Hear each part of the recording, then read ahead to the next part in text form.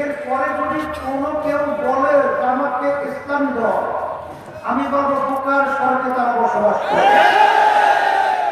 ইসলামের নামে তারা যখন প্রচলিত নিয়মে দেশ পরিচালনা করবে, তখন ইসলামী আন্দোলন বাংলাদেশ ওই অবস্থায় কঠিন ঝুঁকি নিয়ে ইসলামকে রক্ষার জন্য, ধোঁকাবাজ থেকে বাঁচাবার জন্য, এই দেশকে সুন্দর দেশ তৈরি করার জন্য, তখন আমরা এককভাবে স্লোগান নিয়ে নেমে গেলাম যে বাংলাদেশের ভিতরে রাষ্ট্রীয় পর্যায়ে হাত পাকা প্রতীক বিজয়ের মাধ্যমে দেশ হবে ইসলামী দেশ, শরীয়ত অনুযায়ী দেখতে হবে।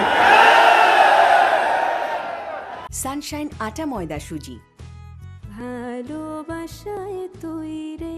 এখন তারও পরিষ্কার হয়ে গেছে। আমরা গতকালকে আমাদের ইশতেহার প্রকাশ করেছি, জামাতে করেছে, অন্যান্য দল করেছে। ইশতেহারের ভিতরে পরিষ্কার ভাবে আমরা কি বলছি, শরিয়াকে প্রাধান্য দিয়ে দেশ পরিচালনা করব। জামাত কি একবারও ইসলামের কথা বলছে না?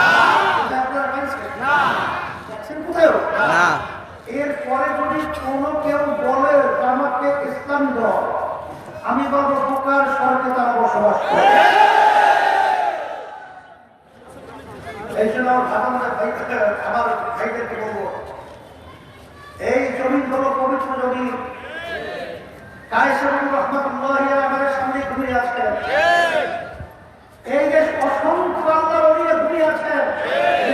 রহমতুল্লাহ আলাইহি, আমার দাদা মেসাক রহমতুল্লাহ আলাইহি, শাহজালাল রহমতুল্লাহ আলাইহি, শাহজালাল রহমতুল্লাহ আলাইহি, এই আমাদের পটুয়াখালী জেলায় বীরদের কাছে শুয়ে আছেন কে?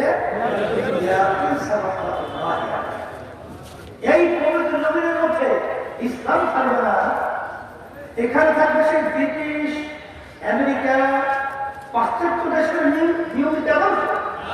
কোন নিয়মিত আদর্শ? সেই পাশ্চাত্যের মোড়লদের